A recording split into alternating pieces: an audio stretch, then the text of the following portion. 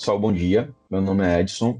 Vou estar apresentando então a pesquisa intitulada Mais do que Criativos, a relação entre negócios de cosmética natural artesanal e a economia verde, de minha autoria, juntamente com o professor Augusto Cabral, professora Sandra Santos e os colegas de doutorado Tiago Ferreira e Rossana Pinheiro.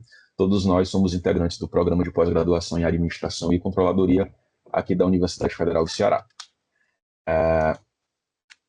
Estou fazendo uma breve introdução, só para a gente entender o contexto da pesquisa. A gente parte da economia verde, né, enquanto modelo econômico aí que busca o desenvolvimento ambientalmente sustentável e socialmente justo, que é uma temática que interessa particularmente a nós aqui da América Latina e habitantes do sul global, devido ao histórico de exploração ambiental, né, que a gente tem desde o início. Então, nós nos encontramos em uma posição de vulnerabilidade ambiental muito grande em relação a catástrofes e principalmente exploração dos nossos recursos ambientais que continua até hoje, né? Dentro desse mesmo contexto, a gente tem a economia criativa enquanto modelo econômico que centra aí suas atividades na criatividade e no capital cultural a favor do desenvolvimento local, desenvolvimento endógeno.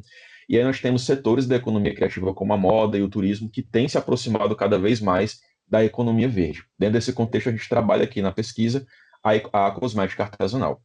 E aí nós temos o Brasil enquanto grande mercado consumidor de cosméticos, né? Na época da pesquisa, nós figurávamos ali como o terceiro maior mercado consumidor de cosméticos do mundo, atrás somente dos Estados Unidos e da Coreia do Sul. E a nossa rica biodiversidade. Então, assim, nós temos todos os elementos que tornam o Brasil um grande potencial nessa área da cosmética natural artesanal, em um contexto de maior conscientização dos consumidores a nível global, no sentido de que cada vez mais a sociedade, os consumidores buscam produtos que sejam verdes, ambientalmente corretos, enfim. Então, compreender essa relação entre o setor de cosmética natural artesanal e o desenvolvimento sustentável traz benefícios não somente para os negócios da área, mas também para os consumidores e para a sociedade de uma maneira geral. Então, o objetivo da pesquisa é analisar a relação entre a cosmética natural artesanal, que é integrante da economia criativa, e a economia verde. Então, rapidamente, passando pelo referencial teórico, a gente traz aí a economia verde, né, enquanto modelo econômico que busca o bem-estar humano e a equidade social através do desenvolvimento de produtos e serviços com baixo impacto ambiental, seja através da redução de resíduos, aumento da reutilização de materiais, preservação das espécies, enfim.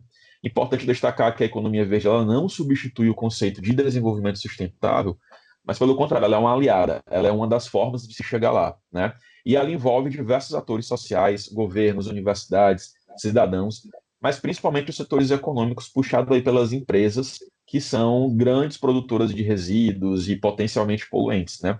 Dentro desse contexto das empresas, nós temos um forte apelo para as pequenas e médias empresas, uma vez que são as pequenas e médias empresas que constituem o maior número de atores dentro do conglomerado empresarial. Então, assim, ter as pequenas e médias empresas adotando a economia verde é essencial para a gente conseguir chegar no que a gente almeja como desenvolvimento sustentável. Então, a partir de uma revisão de literatura, a literatura ela traz diversos princípios da economia verde, vocês vão encontrar pesquisas que elencam aí 15, 20 princípios, outros que elencam 3. Pela nossa revisão, a gente conseguiu reunir esses princípios em um framework de 6 princípios primordiais, que são eficiência de recurso, conservação do meio ambiente, baixa emissão de carbono, equidade ambiental e social, justiça e governança global e resiliência econômica. Dentro do contexto da economia criativa e da cosmética natural artesanal, a gente tem a economia criativa aí como modelo econômico para o qual a cultura, a inovação e os conhecimentos compartilhados geram valor não só econômico, mas também simbólico, trazida como um aliado da economia verde pela literatura, especificamente a cosmética natural artesanal, que é uma prática ancestral, né, dos nossos povos originários, mas também de outras civilizações no mundo todo, que utiliza insumos naturais para, enfim, fazer seus produtos e promove, ao mesmo tempo, práticas sustentáveis, mantendo saberes tradicionais e reduzindo a produção de resíduos. É importante destacar a diferença da cosmética natural artesanal para a cosmética natural industrial, que é apontada pela literatura como um grande vetor de greenwashing, né, que seria uma falsa impressão de produto verde. A cosmética natural artesanal traz esse aspecto, né, do talento manual do artesão, que entrega, então, um produto em pequena escala e que tem um forte simbolismo e identidade cultural ali no que ele oferta, né? Só que é um setor que enfrenta diversos desafios regulatórios, principalmente porque ela é colocada regulatoriamente no mesmo patamar de uma indústria. Então, o pequeno artesão teria que atender a demandas e critérios que só uma grande indústria com todo o seu aparato econômico consegue atender. Então, enquanto a metodologia, a gente parte de uma pesquisa qualitativa e descritiva, realizamos entrevistas semi-estruturadas com 7 artesãs da cosmética natural aqui da cidade de Fortaleza, e a escolha por Fortaleza é não somente porque estamos em Fortaleza, nosso programa de pós-graduação está em Fortaleza, capital do Ceará, mas principalmente porque Fortaleza tem sido apontada aí como um locus muito relevante para pesquisas que são ali da área da economia criativa. Em 2019, fomos considerados pela Unesco, chancelados pela Unesco, como cidade criativa. Então, assim, além de ser um local oportuno, é também um momento muito oportuno para realizar pesquisas dessa temática. Todas as artesãs assinaram um termo de consentimento livre esclarecido. Elas foram acessadas através da metodologia de bola de neve, então uma ia recomendando a outra, e até a gente chegar no ponto de saturação dos dados, o que justifica, inclusive, o número de artesãs, 7. Na época da pesquisa, nós localizamos mais ou menos 16 negócios de cosmética natural. Então, assim, 7 artesãos é quase metade dessa população, e é um nicho muito homogêneo, né? As artesãs, elas compartilham valores políticos, valores sociais, valores de vida muito próximos. Então, ali na 7ª artesã, a gente já conseguiu identificar um patamar de saturação dos dados. Além disso, a gente também fez pesquisa em mídias sociais através do Instagram das marcas dessas artesãs. Então, foram investigados 7 perfis. E para análise, a gente recorreu à análise de conteúdo de Bardan, não botei aqui, mas é do framework de Bardan, análise de conteúdo, dentro daqueles 3 elementos que a Bardan preconiza, né? Exploração do material, categorização e codificação e tratamento dos dados. A gente partiu como categoria de partida ao campo do framework que a gente elaborou a partir da revisão de literatura dos princípios da economia verde, que são esses 6 que vocês veem na tela, né? Que eu falei um pouco antes. Eficiência de recursos, conservação do meio ambiente, resiliência econômica, justiça e governança global, baixas emissões de carbono e equidade ambiental e social.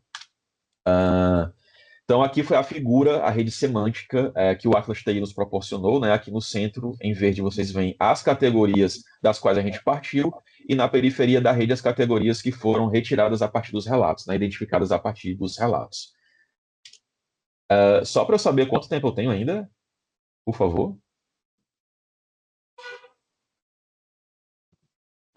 Olha, nós temos, já são 8h51, então mais uns 10 minutinhos, eu acho que seria... Perfeito. Perfeito, Lara, obrigado, tá? Vai dar tempo. Então, chegando então nos resultados de discussão. Chegando então nos resultados de discussão, a gente teve um grande destaque para a categoria aqui de justiça e governança global, que englobou as subcategorias de informar e conscientizar a sociedade e responsabilidade empresarial. A gente percebeu que as artesãs elas se utilizam muito das redes sociais para tratar de questões ambientais, alertar os seus consumidores sobre as práticas de greenwashing, estimular práticas sustentáveis, então corroborando com o que a literatura já trazia. Para a Artesã 1, por exemplo, esse processo de informar e conscientizar a sociedade trata-se mesmo de empoderar as pessoas, né? Ela coloca aqui que um dos objetivos é desenvolver autonomia, confiança e independência diante de um cenário que pratica a desinformação e a ignorância. Então, ela encara o trabalho dela como uma forma de fazer a coisa contrária, né? Praticar a informação e dar acesso às pessoas à informação.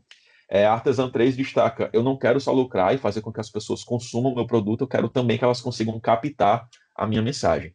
Elas demonstram um forte senso de responsabilidade empresarial, né? A consciência de que os empreendimentos delas impactam social e ambientalmente, conforme a literatura já traz. A Artesã 5 destaca um trabalho norteado pela ética é carregado de cuidado em todas as etapas do processo, que vai desde uma comunicação honesta com o cliente até verificar em que condições os fornecedores delas trabalham, né? Se são condições de trabalho justas, bem remunerados, coisas do tipo.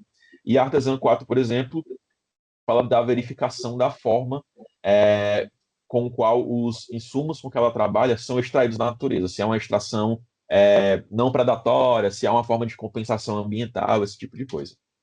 Quanto à eficiência de recursos, o grande destaque está no processo de produção. Tem uma redução muito significativa do uso de água na produção. Aqui na figura vocês podem ver os shampoos e condicionadores que essas meninas produzem, as artesãs produzem, são sólidos, são em barra. Então, só aí já tem uma redução muito significativa da utilização de água que seria necessária se fossem shampoos e condicionadores líquidos, por exemplo. E elas também praticam e incentivam bastante a logística reversa. Aqui eu tenho um print de dos perfis das redes sociais das artesãs. A Artesã 5, por exemplo, fala que ela se responsabiliza diretamente por todo o resíduo que é produzido, desde coletar as embalagens até estimular essa troca por créditos de logística reversa, que funciona mais ou menos assim.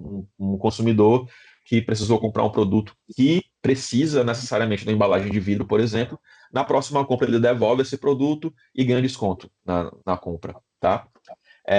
Também foi identificada a mínima utilização de plástico possível na produção. Então, por exemplo, quando elas precisam de uma embalagem que tradicionalmente seria embalada no plástico, elas preferem utilizar o celofane vegetal, que é um material biodegradável. Há também uma escolha cuidadosa dos insumos, que vai para além do fato do insumo ser natural, como o artesão fala.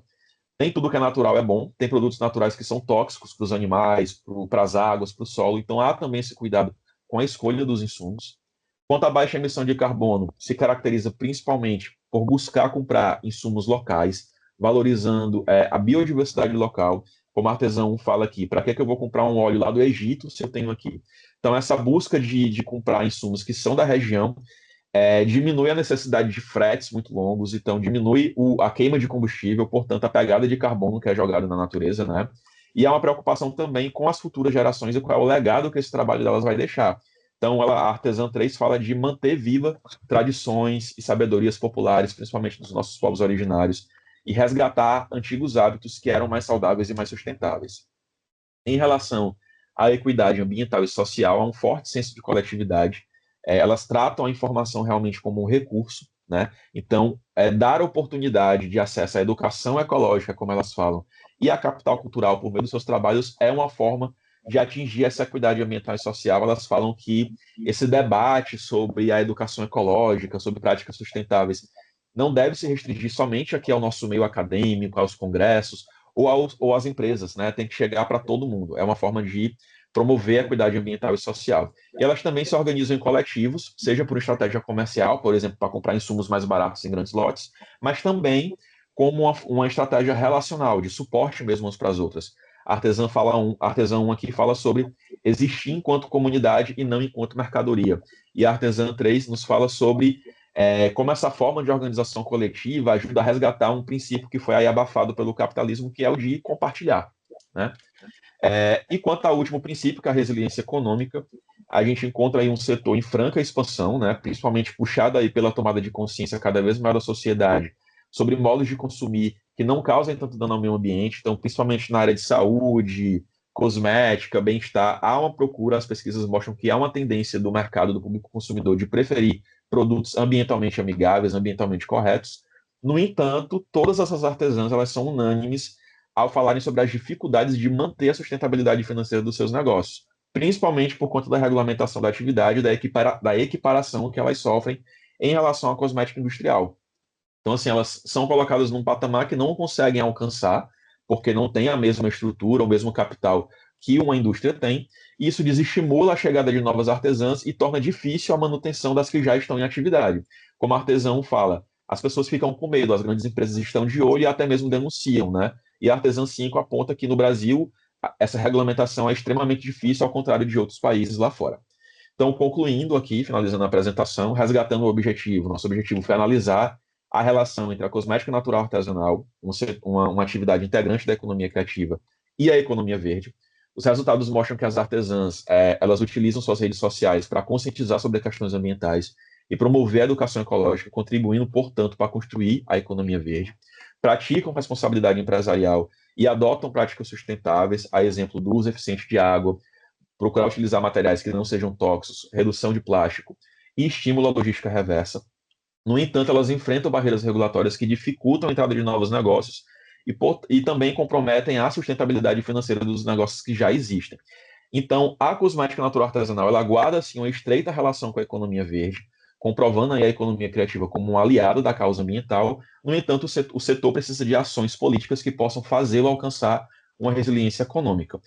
A demora legislativa, na opinião dos autores, na nossa opinião, resulta aí em um alto dano social, porque acaba desestimulando novos negócios verdes, e menos negócios verdes no mercado significa menos produtos ambientalmente corretos nas prateleiras sendo ofertado, e, portanto, a manutenção de hábitos que não são sustentáveis. Então, para a gente, de nada adianta que uma atividade econômica pratique justiça e governança global, pratique eficiência de recursos, colabore para uma baixa emissão de carbonos, para a conservação do meio ambiente, para o bem-estar humano, para a equidade e inclusão social, se ela não conseguir ter resiliência econômica, se ela não conseguir se manter. Cada empreendimento verde, né, que baixa suas portas, que se encerra por não ter condições de se prover, é um aliado a menos que nós temos na construção de um planeta mais sustentável.